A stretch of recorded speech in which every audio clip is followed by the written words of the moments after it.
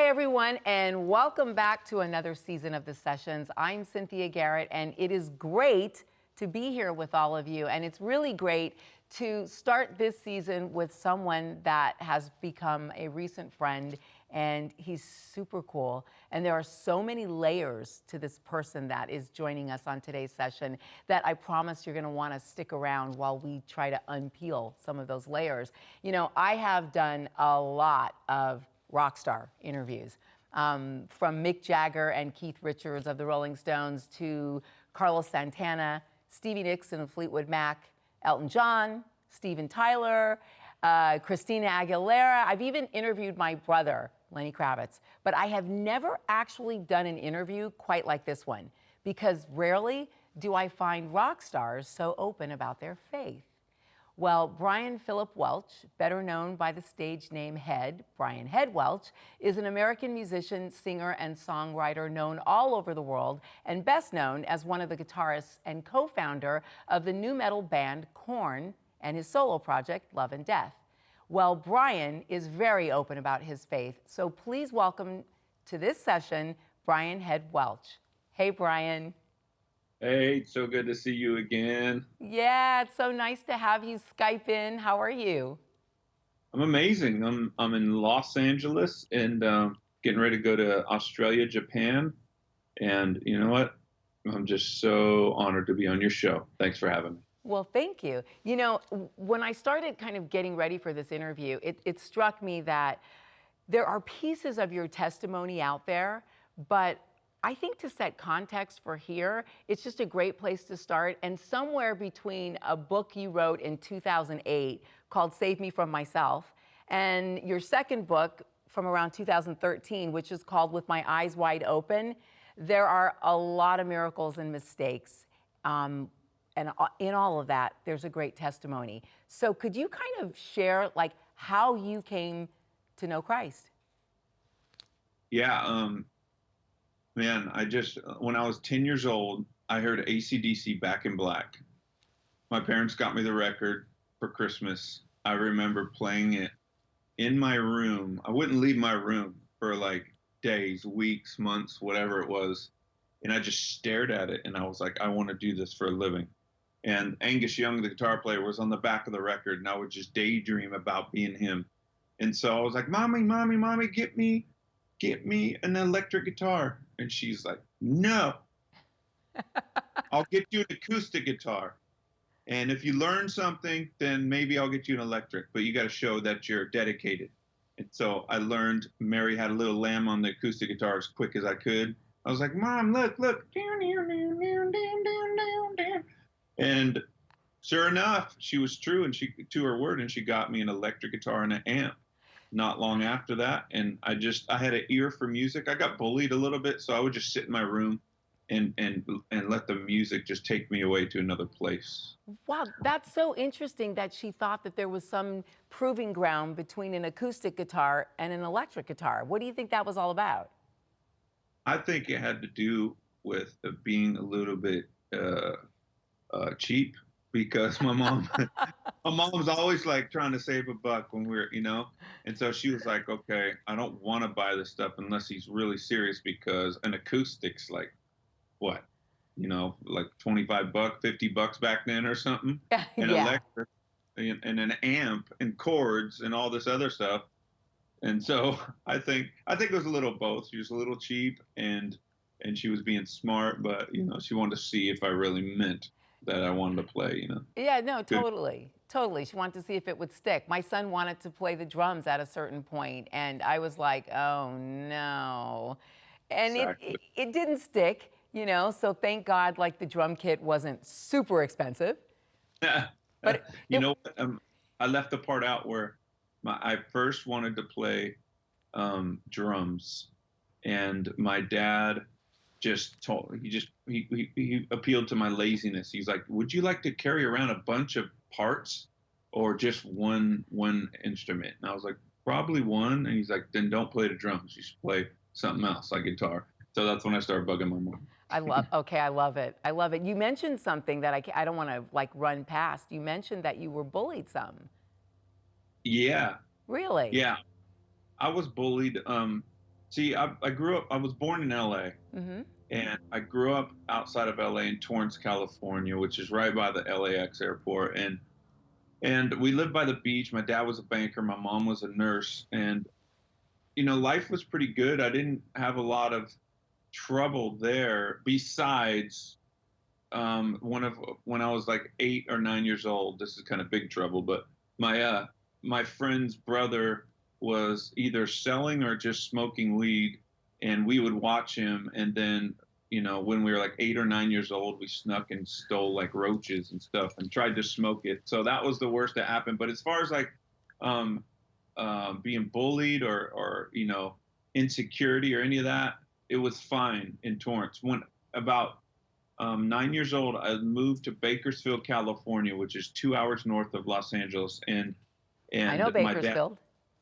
yeah, my dad, home of Buck Owens and Hee Haw and all that country music stuff. But my dad opened a Chevron truck stop with my uncle, and so when we moved there, things shifted. The neighborhood I moved to was decent and everything, but I connected with some kids who I thought would become friends, but they kind of tortured me a little bit. And for the next couple of years, I was the little runt who got bullied, and I just, it ripped apart my any type of like self worth and everything. It just kind of ripped it apart. Mm-hmm.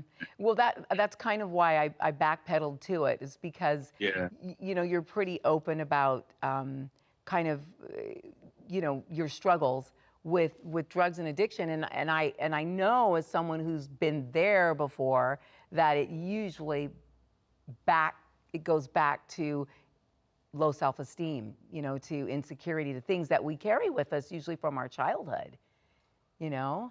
Um, yeah.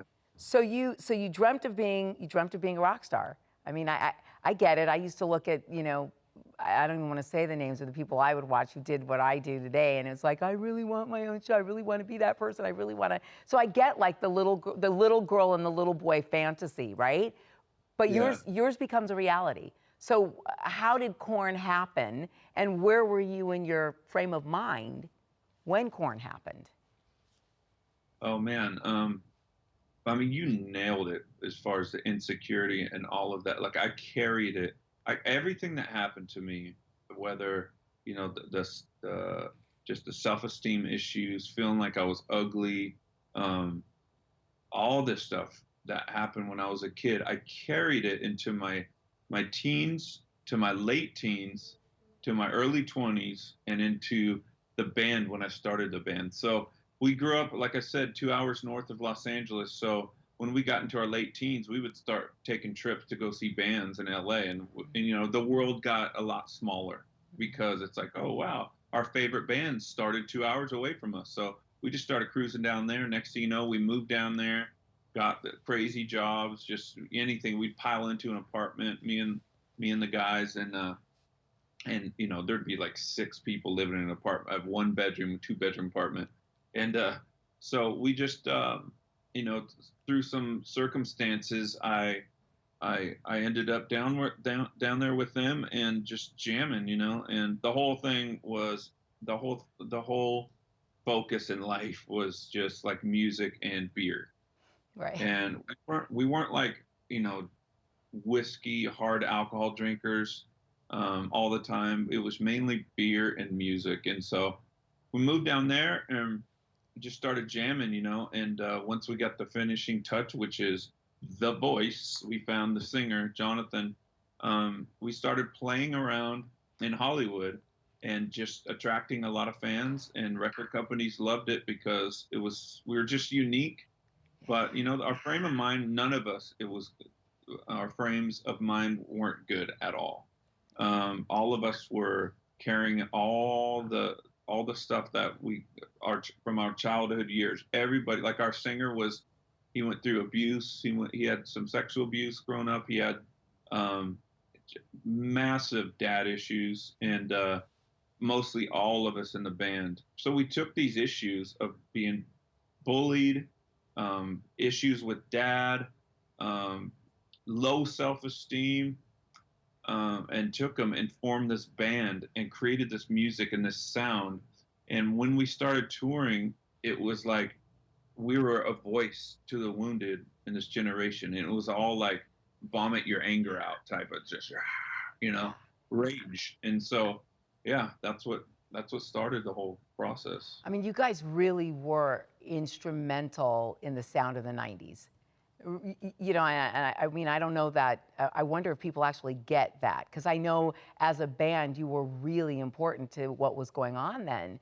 And it's interesting you describe it as kind of vomiting out your anger. Honestly, I think that's a lot of what rap music was when it first began. It was, You know what? You're probably right. There's a lot to that. It's like music is an art form, but it's also healing, you know? And so it's like therapy, you know? And so I can see that in hip hop with just, you know, people getting their frustrations with society out. And, you know, us, it was emotional frustrations getting it out. And a whole gang of people, millions of people come together, you know, with concerts all over the world, and they get that out together, you know? So it's really powerful. it is. And I mean, when you take issues like the ones you guys were dealing with, how old are you at the time you find yourself now really getting catapulted into fame? You're fairly young. My gosh. I mean, when it hit real, okay, our first video started playing on MTV. I remember it didn't make sense because when I was watching Motley Crue or whoever, I liked all kind of music, even Duran Duran and Adam Ant, and but then I loved AC/DC and all this other stuff. But when I started seeing myself on MTV, it didn't make sense because I would look out my window and see a dented up VW Bug, and then look on the TV and see myself, and I'm going, wait, the rock bands when I was growing up were rich and famous, and I'm like, I'm not breaking into that rich part yet, you know. And so that was around, I was probably 26, Wow. and then 20. It's like every year we took a step up in the 90s.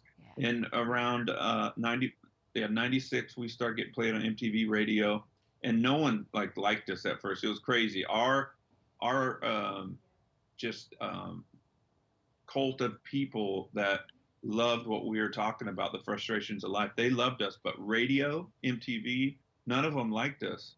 And so, but Why? the demand, just because we sounded so different, and but the demand got so high with fans calling in that they had to listen to the people. And so every record started getting more melodic and more acceptable too. So I think that helped get us on radio and everything. So, but 97, 98 came, and that's when we went through the roof, and just, you know, MTV Awards, Grammys, and all that. And actually the party got very intense, and it was a nonstop party. Well, we're gonna talk about the nonstop party, but I'll throw this in actually because you may find this a funny story. But I remember in 1999, I got my first big show on NBC. NBC Late Night, right? So I used to come on after Leno and Conan, but at the same time, I was still with VH1 because I started in MTV and VH1. So I remember sending my son, who was like maybe 11 at the time, he wanted money to go with his friends to buy a CD. And I gave him money that morning, sent him to school, went to the studio to work, came back home that night, and I went in his room, hey, Christian, what'd you buy? You know, what? And he kind of was like, a DVD, Mom, whatever, a CD. And I was like, oh, that's a weird reaction. Well, let me see the CD. What did you buy? What'd you guys do today? Tell me. Nothing, Mom, we just bought CDs. It was so weird. So I go over to his desk and I said, Christian, that's really, why are you being so defensive? I just want to see what you bought. I pick up the CD that he bought, and lo and behold, it's KORN. And it must have been, obviously, your first album, big album. And I remember looking at this exactly. I looked at it. Now, this is really even before I'm really surrendered to Christ. So it's really weird to me that somewhere I looked at this and went, Christian, you cannot listen to this. It looks demonic, you know, and I'm like being the total mom, and he's hating me because I'm so uncool and I don't understand it. And he's young and he gets it, and he and his friends are all into KORN, this new band. And I was like, no. So I throw the CD away, okay? Fast forward now to today, like, and my mind is blown on a certain level spiritually, because I'm like, God, only you knew that me, who really wasn't even surrendered then, but just sort of looked at a picture and like went, oh, and judged you guys like, oh no. And you would be sitting here total surrendered living for Jesus Christians. So before we, yeah. Can't figure it out, man. No, it's, You can't figure God out. And yes, we were filled with demons back then. So good call. okay, good. Well, thank you. Thank you. Good, good. Christian, are you paying attention? See, he said it was a good call. Pay attention. So now so now you got the issues. There's a lot of darkness on all of those issues. Not your fault, really, right? Just there's darkness that comes with the stuff, the bad stuff that we go through in life. But now you're really famous and the world is your oyster. And let's go to that moment in time for you. You know, everything was okay. It's crazy, the contrast, because it was exciting and miserable all at once. Yeah. It's crazy because we're discovering new territory. We're going into the heights of life, you know, and success and fame and everything. And so that part was exciting. Oh my gosh, can you believe what we did? I went to school with these guys, you know.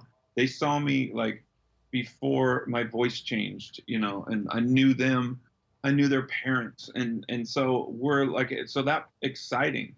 Meanwhile, if we just step back and look at each other, we're just pompous, we're prideful, we're even like in competition with ourselves, with each other, trying to be the coolest, trying to, get the girl, whoever, you know, the girl of the night or the girls of the night, you know, whoever's in competition with that. It just became so stupid. And I felt that early on, even in my 20s, I was just like, I don't feel like this is what I thought this all was, you know? And it's exciting, but it's miserable at the same time, because I can't even like, I can't even take a couple nights off drinking because we were so tight. We were brothers, you know. We had our problems, but we were brothers. And it was like, I'm just going to stay in the hotel tonight, watch a movie or whatever. They're like, no, you're not. And they grab you and come on, let's go out. We're going drinking. And we'd end up in strip club or a bar or a club or whatever all over the world. Cause, you know, and so it was just dark, man. It was really dark. And it was the same day over and over again. And meanwhile, I have a heart that like wants to fall in love and wants lasting love and wants to, you know, have some type of normalcy, because my parents, they're still together right now. And so I was brought up in that, you know, it wasn't perfect. My dad was a drinker. He had anger problems, but they made it through their problems. And so that's what I thought marriage was. So, you know, we all tried to fall in love and start families, but we also were wild boys out in the road, you know. And so we just didn't know how to, we're finding ourselves, you know. It was just a long process.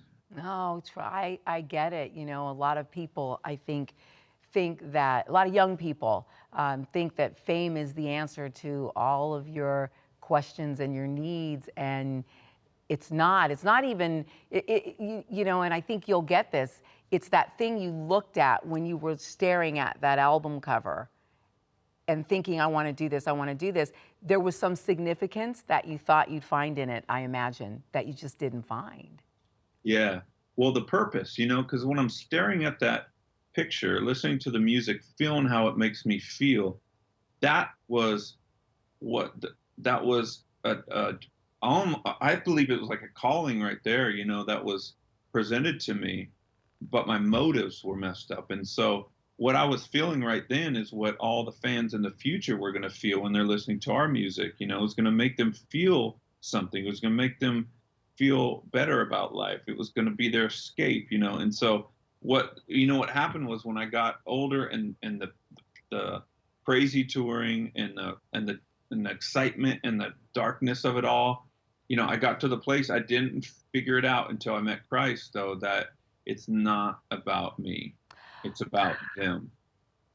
It's about all of those fans. It's a gift that you're given to do something, to bring unity into a group of people, and so Corn Corn was crazy, and there's a lot of stuff that was wild about Corn, but Corn was also, our singer opened up his soul, and just, man, it was so it helped so many people. Yeah. I mean, countless people told me, like, there's people saying I had a gun to my head, and just hearing your music, and I just didn't pull the trigger because I knew I wasn't alone and all this, and it happens with all kinds of musicians, but Corn was a voice for the wounded, Well, and so yeah. I'm very thankful. We didn't have it all together, but we were like a step in the right direction to get to, a place where God can do the rest. Well, totally. And one of my favorite scriptures is from Revelation, and that says we overcome by the blood of the Lamb and the word of our testimony. And the reality is, it's our testimony of what God has done in our life and in our life, like our messy, imperfect lives. And so, that's why I love that you're so open about your journey, because I'm pretty transparent about mine also. And I don't even look like I've been through a lot of the things I've been through. But when you hear someone say, wow, your story saved my life, or your story touched me, you realize why there's power, in our testimony. And no matter what our journey, it's super significant. You just referenced, but when I met Jesus.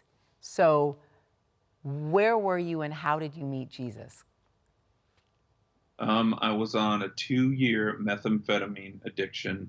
All kinds of things happened throughout. When I said the excitement and the just the darkness of it all, like all kinds of things happened in between there. Where I got married, started a family. The marriage dissolved very quickly. My wife got hooked on drugs while I was out on the road. I was doing drugs on the road. We both wanted to be good parents, but we just were addicts, and we didn't know how to stop. And we were functioning addicts. We were like, yeah, we tried to be good parents, but then when we slipped up, we slipped up, but we would only slip up for like a day or two, and then go right back to trying to be good parents. So, but she got my ex-wife, she had a hard childhood. She ran away when she was 14. There was abuse going on, and so she lived on her own. So, she got something in her mind and just left the family. She disappeared. And within a couple of years, she was pregnant again with someone else. And I had full custody of our daughter. So I tried to do the right thing, but, I don't know what it was. My daughter, I thought, would help, just with that responsibility and that love that I had for her. I thought I could actually get clean, but in the rock and roll life, it was like impossible, because back then it's just drugs everywhere. And so, after doing meth for 2 years, Xanax, meth, coke, just everything for 2 years, and being a father, I had hired nannies, but when I came home, I would have to do it even to get up to help her get to school. And there was days that she didn't get to school, or I didn't pick her up from school because I passed out on the couch. And the school, my mom came home crying with my daughter saying, why didn't you pick her up? And I'm sitting there on the couch just saying, what day is it? And so I just wanted to be free from all that. And I thought about suicide. I thought about taking my own life. My daughter would be better without me. Rockstar dream didn't have any answers. But then I decided I need to get clean and make decisions with a clear head. So I tried to go to rehab, outpatient rehab. It didn't work. I was too afraid to go into inpatient rehab. I was just really nervous about that, being in the public eye a lot back then, and so I just secretly got invited to church, and I was like, I'll try that because I can do that just under the radar, So I go there, and this guy just talks about, heaven and God and Jesus coming to live inside of you, heaven meeting earth, and Christ's strength and his life and his love coming to live inside of humanity. And I'm like, wait, I just came here because I knew that Christians didn't drink, cuss, or smoke. And I thought that could rub off on me, that I could be a better person. You're saying there's a God out there somewhere that comes and lives inside of you. And I was like, that's crazy. Come on, give me a break. And then I started feeling like I kept going to church. The pastor just said, You just do three things. You come to church, you fellowship with other Christians, you try to grow, and you invite Christ. You pray and you ask him to reveal himself to you. And I did those three things because I was like, man, if this is true, then it ain't gonna work. If this is nonsense, it's not gonna work. If it's true, it's gonna work. So I kept going, and I started feeling God like in me. I started feeling him around me. And one day at church, I was just like, I'm in.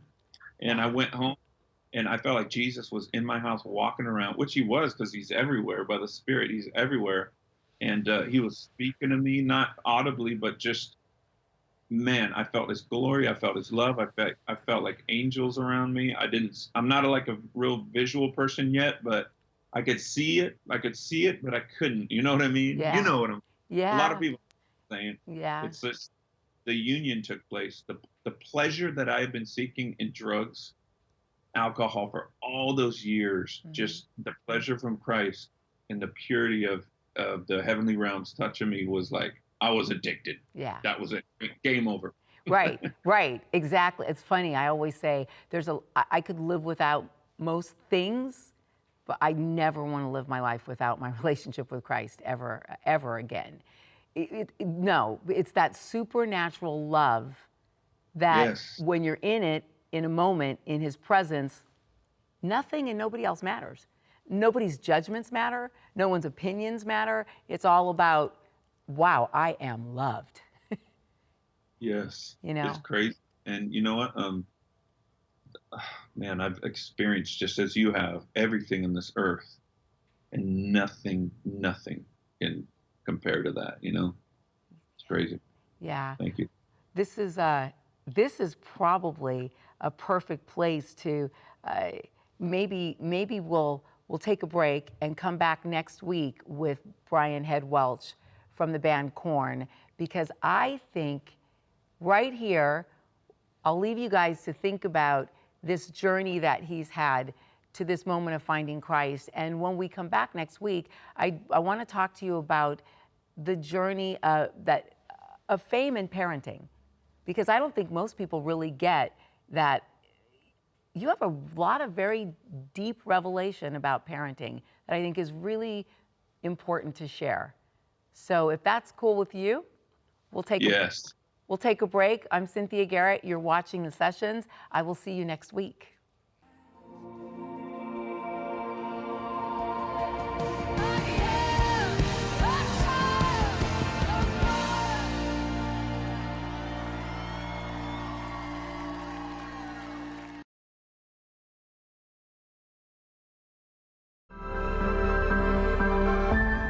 Hi everyone, I'm Cynthia Garrett, your host of The Sessions, and I hope that you've just enjoyed this week's session. I just wanted to pop in and remind you to go to cynthiagarrett.org so that you can find information about picking up a copy of my first book, Prodigal Daughter, A Journey Home to Identity. And it's my testimony of the different things that I've been through in my life, and more importantly, the different things that a lot of you go through in your lives, and how to overcome those things and walk powerfully in your identity, because that's everything.